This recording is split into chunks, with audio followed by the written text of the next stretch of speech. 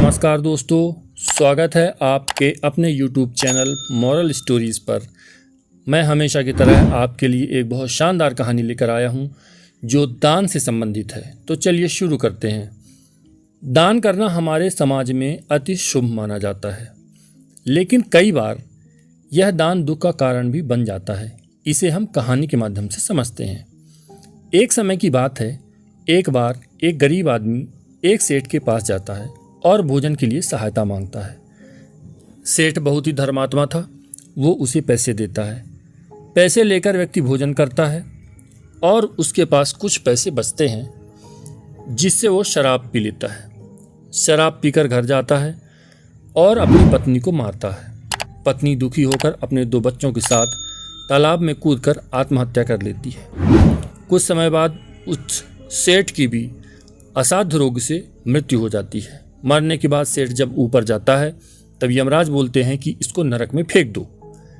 सेठ यह सुनकर यमराज से कहता है कि आपसे गलती हुई है, मैंने तो कभी कोई पाप भी नहीं किया है, बल्कि जब भी कोई मेरे पास आया है मैंने उसकी हमेशा मदद ही की है, इसलिए मुझे एक बार भगवान से मिला दो।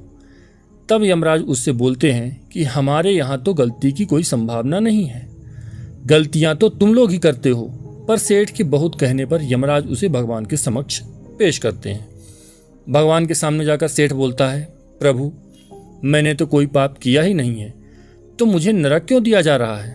तब भगवान उसे उस गरीब व्यक्ति को पैसे देने वाली बात बताते हैं कि उस व्यक्ति की पत्नी और 2 बच्चे की जीव हत्या का कारण तू है। तू उसे पैसे न देता तो वो शराब पीकर अपनी पत्नी को दुख नहीं देता। सेठ बोलता है, प्रभु मैंने तो एक गरीब को दान दिया है और शास्त्रों में भी दान देने की बात लिखी है। तब भगवान ने कहा कि दान देने से पहले पात्र की योग्यता को परखनी चाहिए कि वो दान लेने की योग्य है या नहीं, या उसे किस प्रकार के दान की जरूरत है। तुमने धन देकर उसकी मदद क्यों की? तुम उसको भोजन भी करा सकते थे।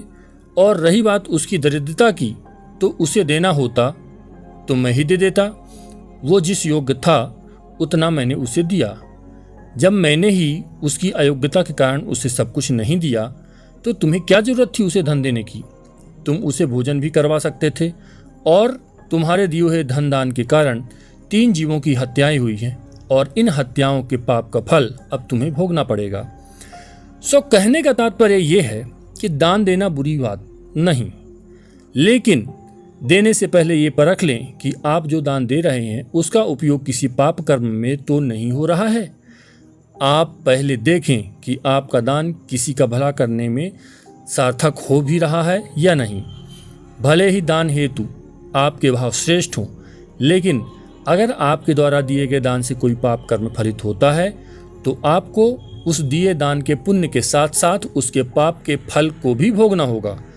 अगर आपके दान से कोई बुरा कर्म फलित करता है तो उसके साथ कर्म का भागीदार आपको भी बनना पड़ेगा, क्योंकि इस कर्म को फलित करने के लिए पानी सींचने का काम तो आप ही ने किया है। दोस्तों, मेरी कहानी कैसी लगी मुझे कमेंट करके जरूर बताइए। अच्छी लगी हो तो अपने दोस्तों के साथ, फैमिली मेम्बर्स के साथ शेयर कीजिए। मेरे चैनल को सब्सक्राइब कीजिए और बेल आइकन को प्रेस कीजिए। धन्यवाद।